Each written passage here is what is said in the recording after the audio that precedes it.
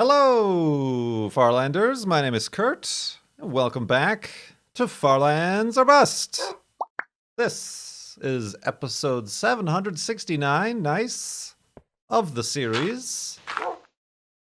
If you're watching this or listening to this on YouTube or via the podcast, this one's being published on Tuesday, January 28th, 2020. As we get rid of some trash. Oop, almost put a wolf on Bodie. I mean, almost put a boat on Wolfie. But put a boat in the water and continue west in the direction of those far lands here in Minecraft Beta 1.7.3. And we're still raising money. We just started raising money. Goodness gracious.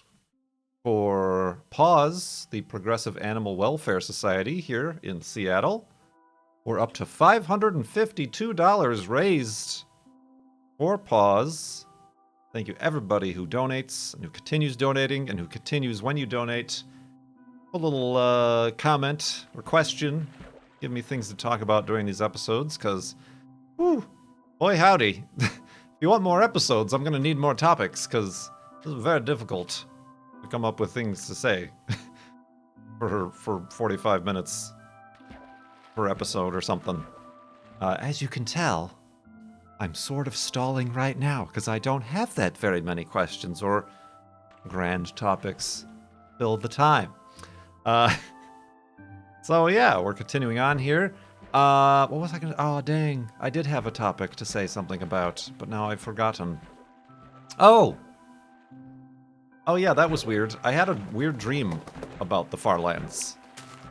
I don't know if it's the first time I had a dream or not about the Farlands. I have dreams about, like, video games.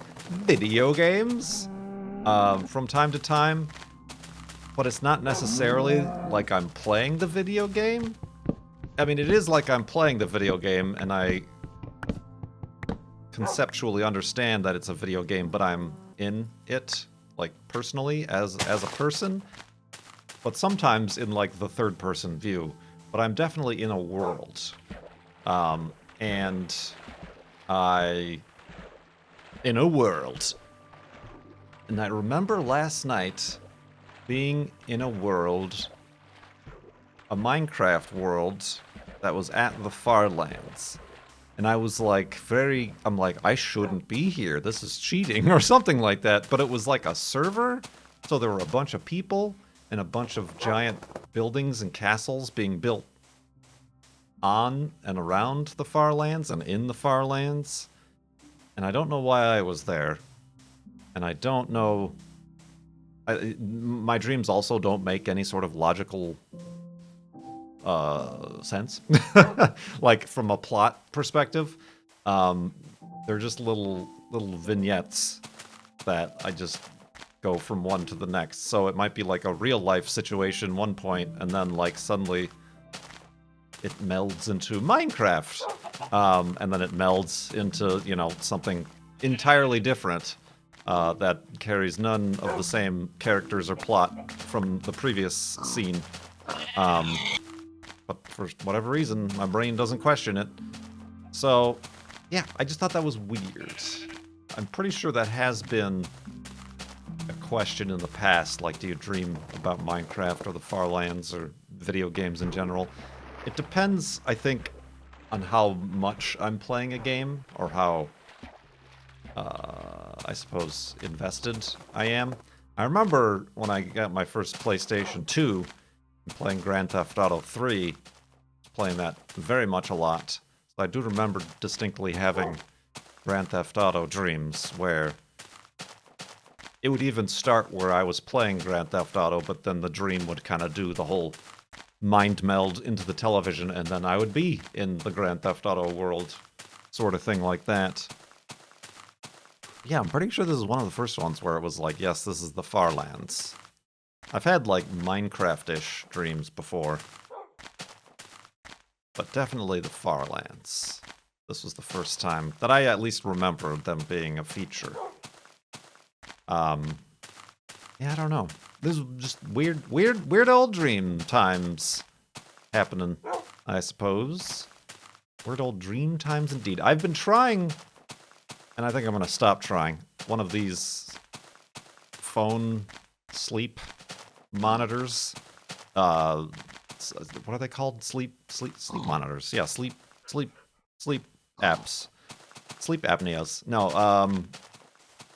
that are supposedly like track the sound, or you're supposed to like put your phone on your bed while you're sleeping, and the accelerometers in the phone like move if you move. Tracker, sleep tracker. Thank you, Kaylee.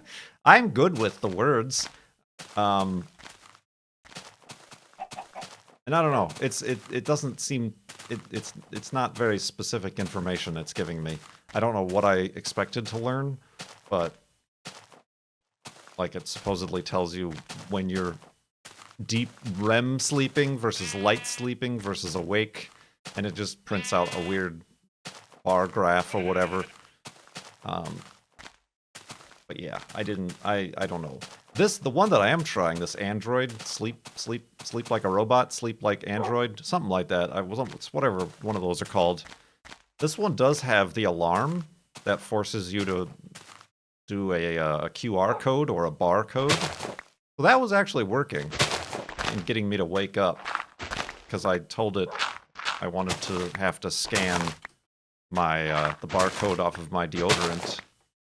Why am I going up on this big mountain? Well, we're gonna find out what a bad idea this was right around here. But yeah, I have to like wake up and actually go into my bathroom and scan my deodorant stick. So that actually helped. I might keep it for that, but at the same time, there's got to be apps that are specifically that do that. All right, I don't want to be in the clouds anymore. Hold on, let's be very careful here. I know Wolfie's probably going to take some damage. Yep, I knew it. I seen it. You dang noodle. Hey, that's not where I want to put the treat. There we go.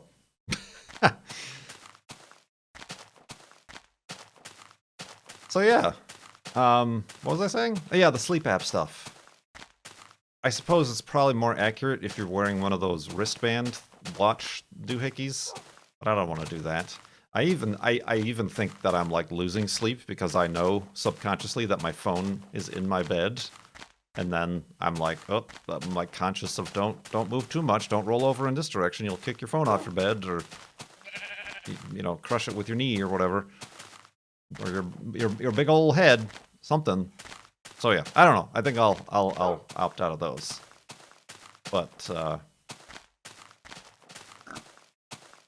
yeah, that's what's up with me in Sleepland. I haven't had any sleep paralysis lately. Probably since going back on the Effexor. That's kind of the most tangible difference that I can tell, being on an anti-anxiety medication or not, is how I don't have nightmares anymore or anxiety dreams as much or anything like that, which then lead to sleep paralysis. I know that was a popular topic when I was talking about it previously. People didn't know what it was or didn't have a name for it. One from the history of Far Lands or Bust. I don't even remember what episode I went at length talking about that, but indeed. Whoa.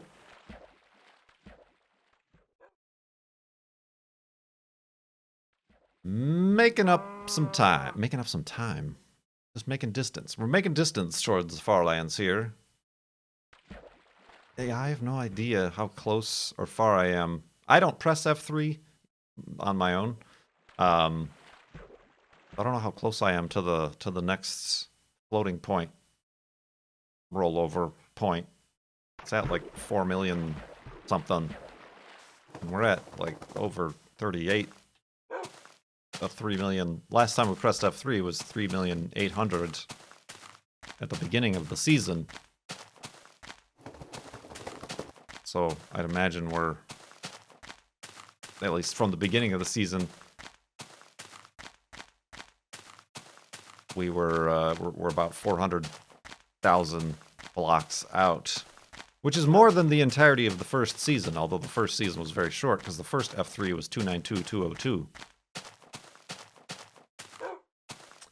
Enyin with the estimations of around episode 818. That's very specific.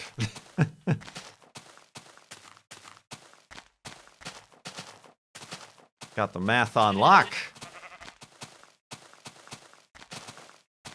Alright, let me...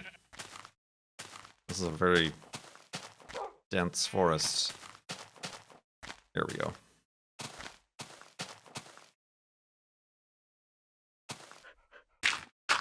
Make an elevated hidey hole here. And continue in the morning.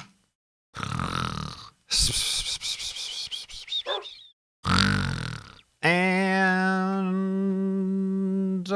wakeness. I was just trying to think of something funny to say, but couldn't. Indeed. So we do have some questions from very generous donors to the Paws charity. Like this one from Algie? From Algie. Oh, this is gonna be a dead end. But a very cool dead end. I would say, indeed. Oh, I didn't mean to do that. Meant to take a screenshot. Maybe that'll be a thumbnail. Maybe it won't. Oh, there is like an opening back up there, so it theoretically might be passable. Like I see some light through there, but I don't know. Not much of a risk taker here. Far lands or busts. But Algie asked, can you tell us more about Juno? Interesting or silly habits? Personality quirks? Personal record hiking distance? Stuff like that? Personal record hiking distance? I don't know that I count that.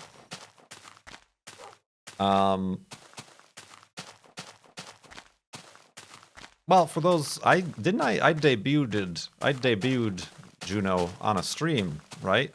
Like pretty early on after I got her. I did a live stream and just put the camera on the floor and played around with Juno. Ah, careful, back. But yeah, I've had her a little over 2 years now. Today she got a bath. She absolutely loves. She doesn't. Interesting or silly habits? I mean, she's a dog. Interesting or silly habits? I mean, I bet she does. I'm trying to this is only the second dog I've ever owned. I never grew up with dogs and things like that, so I don't have too much of a frame of reference, to be honest. But I mean, she's very needy for like personal, just like affection and pets and things like that. So like even just sitting on the couch, she does the thing where she'll forcibly put, knows your hands and goes and puts her nose into your hands and is like, hey, like nudging them or whatever, which is kind of an annoying thing, but it's something she's always done, so it's something she's definitely learned works. I try to get her to stop doing that because it can be a little bit, not aggressive, but just like when you're sitting trying to watch TV and nudge, nudge, nudge, nudge, she'll knock your drink out of your hand or whatever. Oh, I know one thing. When she doesn't get her way, like if I tell her to stay, or whatever, instead of getting pets or whatever, she'll turn around, chuff, and then she'll kick her legs. Like a toddler who like doesn't get their way. She'll kick her legs, and often she'll kick me because she'll like lay down on the couch next to me and just kick, just like, huh, fine, like that sort of thing. And it's very like it's very anthropomorphized, sort of like a tantrum sort of thing, which I find to be really funny. That's the thing she does. She doesn't play. I don't know where she came from. I adopted her, obviously. Sources lead me to believe that she might have came from a breeding scenario, farm sort of thing. But she doesn't play with toys, and around other dogs, she's very protective of her hindquarters, like angrily so. But yeah, she doesn't play or understand toys or fetch or squeaky toys. The only thing she'll really interact with are treat puzzle toys. But yeah, I've tried to get her into like frisbee or a ball or a rope, even like rope, or even just like chew toys. If it's not food, she won't chew on it. Yeah, she doesn't really play. I can get her. I don't have enough room in my house, but the girlfriend's house has a big finished basement, so you can get her to get the zoomies. She does just love running back and forth, it seems. And she gets the really dopey run going where her front legs are like flailing way up in front of her and her like back legs almost overtake her going too fast. Got a real dopey, excited run, which is pretty funny. And she does the same thing in snow. Like when it was snow out, she likes running around or whatever. And I recently got a big 30-foot leash because I don't want her to, obviously, get too far away. So I got one of those big 30-foot leashes so I can take her out and just have her actually leashed, but she's like free to run around.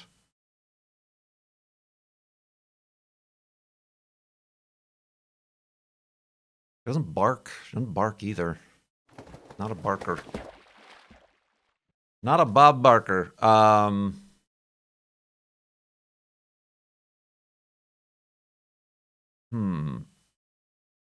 She does do the howl thing. If I look up a dog's howling or wolves howling on YouTube or whatever, she'll uncontrollably start howling.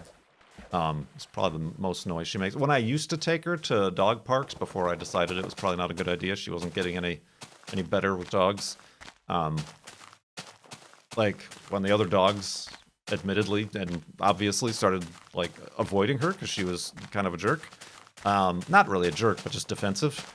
She would just start barking at them to be like, "Hey, I'm still here. Hey, hey, hey!" And I'm like, "Oh God, all right, that's enough. That's enough of that." But yeah, otherwise she doesn't bark at all at anything.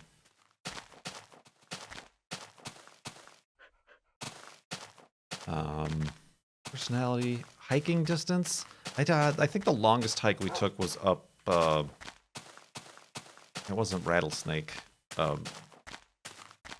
Brown Bear Ridge, Bear Mountain, something. There was a mountain a bit. It was a long one for me too, and there was a couple times where she just stopped and like laid down and was like, "I need a minute." That's probably the longest we've hiked together. I don't know what that was. I think it was like total maybe like 6 miles or something like that, with like a pretty good elevation. I think it was like 1,700 feet elevation. Yeah, Juno, our personalities do match, I feel, which is very rare to find, especially at a shelter. Which, by the way, for those of you who didn't know or don't know, Gah, Wolfie, you are not supposed to be down there, my friend. Did you get all wet? Yeah, like I got her from a Paws shelter, and that's one of the reasons we're supporting Paws for Farlanger Bus this season. But yeah, she's very reserved. I mean, it would be nice. The only thing, I guess, it would be nice if she was less defensive around dogs, but at the same time, I don't know how big of a fan I am of dog parks either. Because people are there too, and then you end up having to interact with people. So that's probably for the best. I think the biggest challenge might be getting her to be okay around the girlfriend's cats. But then again, she's been very easy to train because not only does she like personal affection, but she likes treats and food. So I've taught her, to to paw, to jump up on things, to pose, where she'll get both of her hands in the air and roll over. I'd never taught her roll over before, but she learned that in 2 days. Which is also, she'll sometimes get so excited for treats that she just starts going through all the tricks she knows. She'll show her paws, she'll lay down, she'll roll over, she'll go up the stairs, you know, she'll like try to, what do you want? What do you want? But like she gets too excited and won't listen to my commands. But yeah, he's just a goofy dog. A goofy dog indeed. And a chill, good dog. Yeah, thank you, Algie, for that question. I was able to talk about that longer than I anticipated. We just might, friends, we just might have enough content for this episode. Stay tuned to find out.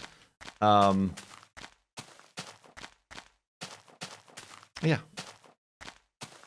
I think yeah, the not liking other dogs, but also I wish exercise-wise, I do wish she did, like, play fetch or something like that.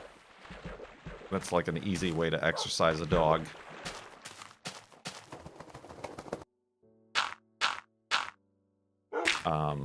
Yeah, she won't have any of that.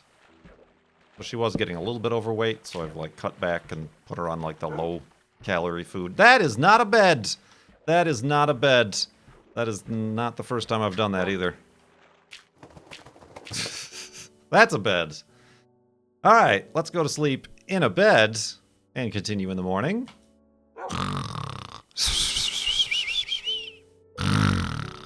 And a boat bed. And a boat bed. Can I use this boat? Can I still salvage it? Oh, there's not really anywhere for me to go. Unless I go out to sea here. It's a houseboat. It's a airboat and boat. A boat bet B&B.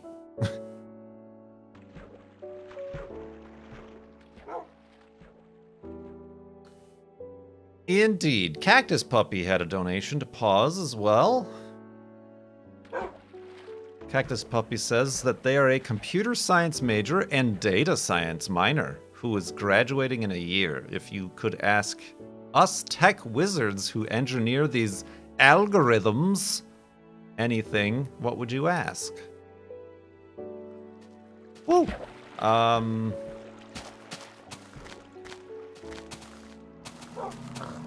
gotta be honest, I don't know that I have any questions.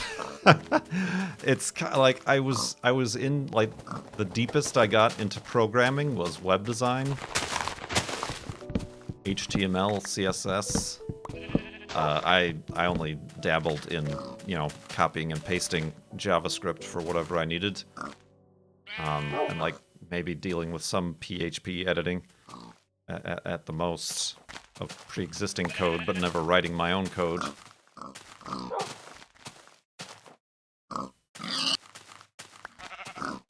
And the reason I never got delved deeper into becoming a full-stack developer or any of these other catchy keywords, is it didn't interest me at all.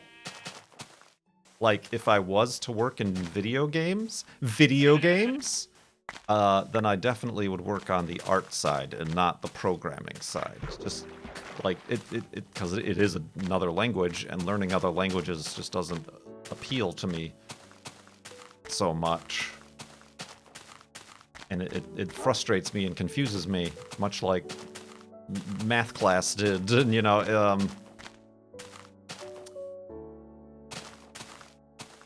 So yeah, I'm sorry, I don't have any questions, but it's not because I don't care, it's because I don't want it.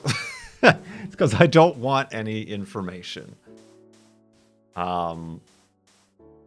I mean, obviously, I've learned far more about floating point and you know, the way this game works or doesn't work than I've ever wanted to know, just by doing this Farlands or Bust thing. Binary code, like I I tried to have a conversation with Dr. Brian Lorgon 111 because he worked at Microsoft, and he was like, it was confusing to me. He was on a team creating a new programming language. I forgot which one it was, but that was like a confusing paradox to me. It's like, oh, you're creating a new programming language. Well, surely that language, like, how do you write the language if not in another programming language? Right? Like, how, where is the chicken or the egg situation in that regard? And I think he tried explaining it to me, and I think it might have been the fact that, yes, you create a new language in a more direct to the computer language, but it was still like peering behind the veil into the matrix sort of a situation. Its language is all the way down. So yeah, I mean, that's why he's a doctor. And I am not. And never will be. Yeah, I don't have any questions. Like, I guess in what context I would have been better to steer me in a particular direction there, Cactus Puppy. But good luck with the rest of your school and graduation and stuff. They also asked, what would you like to see added to newer versions of Minecraft? The sense of wonder and discovery and nostalgia that I felt when I first started playing Minecraft 10 years ago for the first time, which I don't think is possible unless you perform some sort of a lobotomy on the people who play it, who have played it before, who will never have that experience again. Yeah, Cone was talking about this during a stream, where he's trying to figure out stuff to do with his Patreon server, and he's doing this like UHC sort of ongoing thing, and he's just like, he just wants to do something other than the vanilla, because we've been playing this game for so long that it doesn't strike like us as interesting anymore. Like, we've done all that our capacity for wanting to do anything. I think he said he could pinpoint the peak of Kurt playing modern Minecraft was the episode on the Mindcrack server during the Fermilab build, and I did the intro of the episode going like that. He's like, that was peak Kurt Minecraft, and it was downhill from there. And I think that is probably correct. I think that's probably correct. The things they've been adding, while I'm sure fine for many people, and it makes it a more interesting game to have bees and polar bears and whatever else, sticky piston things, command block situations. It's not something that brings me back to those moments. And that's fine. We've had this discussion many times. Similarly, Kerbal Space Program. I really loved playing Kerbal Space Program in those early alpha days. I played so much of it that that's the game I got used to. And then the more and more I played it, and the more they updated it, the less and less that feeling maintained itself. So it just fizzled out. No matter how much I forced myself to try to play. Well, yeah, I don't know that I would add anything, just because I don't. Again, oh, that's not a boat. That's a boat. One of those things. Enyon got a donation in and asked, "Did you watch season 4 of The Expanse?" I did. What did you think of it? I enjoyed it. I think it was well made and acted. I feel like it kind of suffered a bit from the streaming service episode-itis. That is to say, a show that is now on a streaming service. I feel like quite a few of them really stretch out the plot in order to get a maximum number of episodes and, more importantly, watch time out of the content that they have. Not necessarily a horrible thing as long as it's not like blatantly overdrawn. But, you know, you could say the same thing about Stranger Things and season 2 of Dark that I enjoyed the first season of. I like the second season. So, yeah, I watched through it. It was a good show. And I guess they're already recording the next season as well, so it's good on them. Did you like The Mandalorian? The half-man, half-DeLorean. I did. That one felt a little bit better because the episodes were short. It was very nice that the episodes were like 30 minutes, so they couldn't. I don't feel like they were forced into that episode-itis. Dope!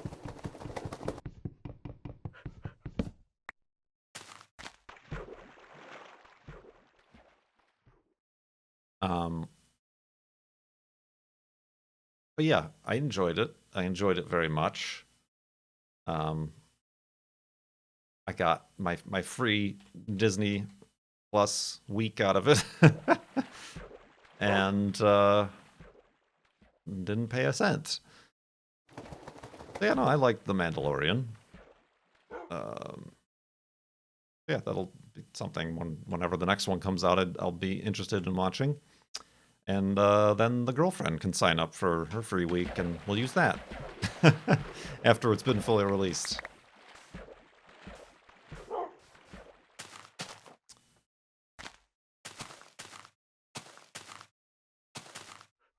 Indeed. I don't know what to watch now. I did find on Hulu they have Harvey Birdman, so watched a little bit of the first season of Harvey Birdman over the weekend just to have on. But yeah, I don't have a good nothing to go to next. I know there's people who say they like The Witcher and stuff. I don't know how much I'm into those sort of stories. Yeah, I don't have a show anymore. I mean, do I need one? Probably not, but it's nice to like have an old standby to be like, oh, am I home? Do I need something to watch? Okay.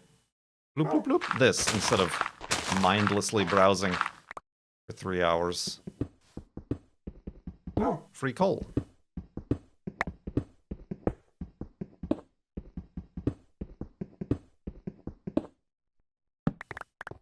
Whole place is gonna go up in flames. Yeah, we did it, everybody. We did it. We made it the entire episode without so much as 5 seconds of dead air, I think. Probably. Yeah, I can't watch Picard because I don't have CBS. I never watched the Star Trek. I did. Because it's on Amazon. And if you have Amazon, Twitch Prime. It's on Amazon. I watched the first episode of it. And I'm like, okay, that's interesting. But I never watched Star Trek. Is it The Next Generation? Is that the one? I've never been into Star Trek or anything like that. I just don't know anybody, so it was like never introduced to me. So yeah, I don't know if I would even enjoy Picard if I could watch it. There are like 6 first episodes of Trek. I mean, the one with Picard in it. That one. The one with the jellyfish in space. In space! At least that's the first one that's on Amazon. I don't know. That's beside the point. What is the point is that you can go to farlandsorbust.com. There's many links throughout the site that'll take you to the Pause fundraiser that we're raising money for, the Progressive Animal Welfare Society, right where Juno came from. And I do appreciate you watching this episode of Far Lands or Bust. My name is Kurt. I will see you next time.